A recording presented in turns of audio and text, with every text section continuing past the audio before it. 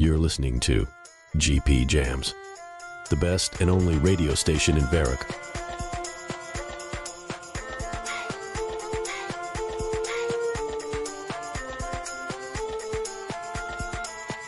Hello and welcome, one and all, to the premiere episode of gpJams, the radio station that's all about the gold and groove in our world of Gielinor. Whether you're slaying wyverns in Wildy or doing a herb run or perhaps bank standing in the Grand Exchange, we've got the tunes for you. We're your hosts. My name is Vito. And of course, I'm Arlyne. And thank you all for tuning into our show. It's been quite a long process getting here, hasn't it? Oh, you bet. Turns out getting a recording studio in the heart of Varrock wasn't as easy as we thought. I won't go into too much detail, but we did have to get an adventurer for hire to help us set up shop. They truly went above and beyond for us, of which we will be forever grateful.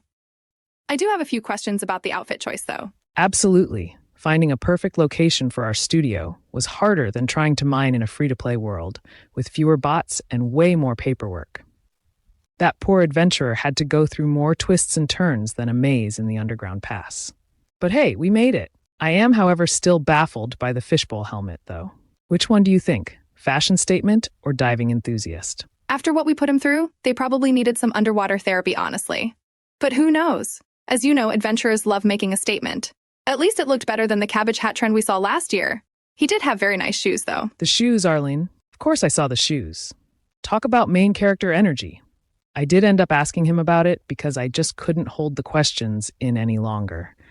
And who knew you could find sick kicks buried deep underneath Barbarian Village? The wonders of the world never cease to amaze. Anyway, we do have quite a lot planned, so before we get too focused on adventurer fashion faux pas and talk ourselves out of it, let's dive into it. Preferably without a fishbowl, please.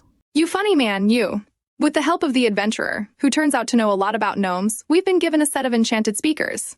Apparently they enhance the sound with a touch of magic, and we are so ready to bring music to all you listeners. Fax no printer.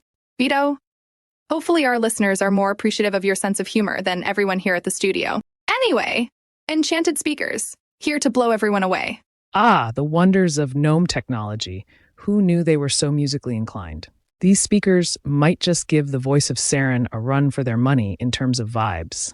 I don't know who that is, but I'm sure it's very cool, Vito. Now, before we get into the first tune of the day, since this is the first broadcast, we have to clarify some things. This is, after all, an interactive radio show. Very cool. I expected a bit more hype. Oh, there it is. Thank you, Vito. What that means for you listeners is that you can interact with us by leaving comments in whatever form you like best. Underneath this video, on other platforms, through email. We also accept carrier pigeons, suspicious messages in bottles retrieved from the sewers beneath Varrock, air balloon, giant rat, smoke signals if you're feeling particularly adventurous. Or better yet, carve your message onto a log and chuck it into the Wildy. The possibilities are apparently endless. So don't be shy, reach out to us however you like.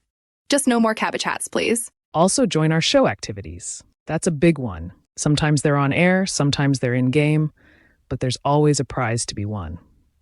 Hosted by myself, of course. Vito is infamous for his creative challenges. I remember that one time he organized a bake-off between the goblins and Lumbridge. Turns out the only thing they know how to make is cooked chicken with beer. Not the most refined culinary skills, I admit. They're more about smashing than baking. They beat the chicken with a hammer and then took off with all my chef's hats. The chicken was delicious, though. But enough about me. Our dear Arlyne also has some things in store. While Vito is cooking up chaos, I'm in charge of making things run smoothly on the show. From bringing you the latest news updates to sharing fascinating stories and mysteries, there's never a dull moment on our show. Arlyne is the brains behind the operation. Me, I'm not the brains or the brawn, I'm the... what's a cool word that starts with B? Bananas? Bananas? Okay, sure, I will wear that title with pride. Arlyne is the brains, and I'm the bananas. She runs the ship, and I steer it off its course. Giving credit where credit is due, you always keep the show interesting. Now, enough chit-chat. Keep your eyes peeled and ears sharpened for any of our upcoming events and broadcasts. You never know what fun and fabulous prizes we have in store for you. Now, how about we give them a taste of what they can expect from gpJams? Absolutely. Coming right up, we've got a track that's sure to get your nostalgia flowing. This is the track Harmony by Maudian. The song originates from the town of Lumbridge, where every new adventurer get their start. Another interesting fact, the name Lumbridge stems from the bridge by the castle that crosses the river Lum. Actually, why is that? It seems that Lumbridge churns out adventurers unlike any other place. Is it because of its proximity to Tutorial Island? But Lumbridge doesn't have a port. Wizards, maybe? They're always up to something. Behind every mystery is the wizard who caused it.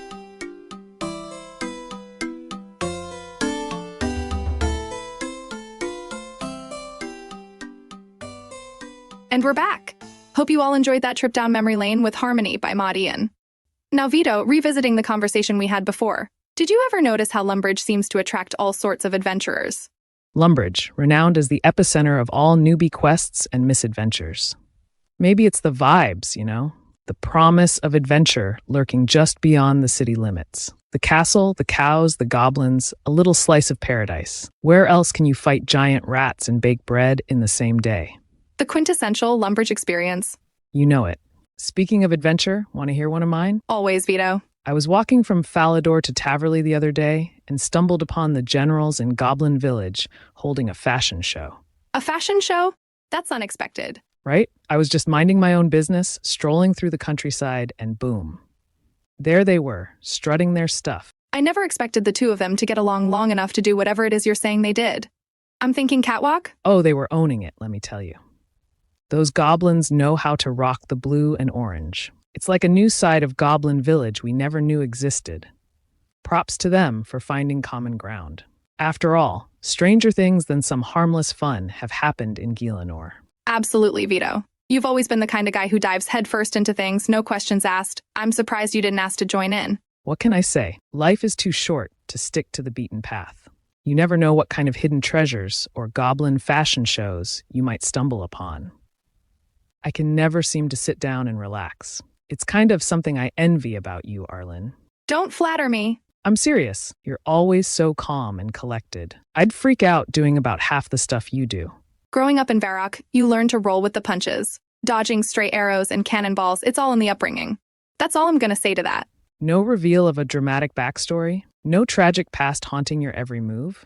I'm disappointed, Arlyne. You want deep and mysterious? Well, picture yourself this. I was once a humble but showy cabbage merchant. Cabbage merchant, are you pulling my leg right now? No, sir. Imagine a sunny day in the fields of Falador, the scent of wet compost in the air. One day, while I was tending to my little cabbage patch, I stumbled upon a secret underground network of mole tunnels. Right under Falador? You're telling me those little guys have been under our feet this entire time? Oh, moles are sneaky like that. But here's the real twist. They offered me a job as their official cabbage liaison. Is that even a thing? No, it's not. I just made all of this up. You didn't actually think there are moles living in a cave system underneath Falador, did you? I mean, I wasn't going to not believe you. Is that where you honed your skills in diplomacy and negotiation then? Yes, definitely. Moles take their cabbage very seriously. Arlyne, the mole whisperer. I'm starting to see the calm and collected in a new light. Never underestimate the power of a well-negotiated cabbage deal. But enough about that. Let's get back to the planned forecast. First, a few words from our sponsor, the Varrock Herald. The newspaper, made from the finest paper thicker than a troll's skull and twice as informative, can be bought from Benny at Varrock Square for 50 gold pieces, and will tell you all about the different going-ons in and around Varrock. The newest copy will get you the inside scoop about the recent Varrock makeover.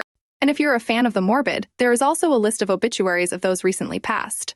Nothing but a bit of light reading to remind ourselves about our own impending deaths. Indeed. And with that, we've reached the end of our sponsored segment. Moving on, up next we have the very fitting tune, Garden by Maud Ian Taylor. But before we dive into the music, let's take a moment to discuss cabbage lore. Oh boy, is this about that cult? It's about the cult. For those who don't know, during the early days of Gielinor, when adventurers were just beginning to explore these vast lands, there emerged a group of devout believers who worshipped cabbage as their god. If I recall correctly, they called themselves the Order of Cabbage. Correct. And they took their devotion to a whole new level. They're arguably the largest cult we will ever see, and they would cover entire cities in cabbage as part of something they called cabbage bombs.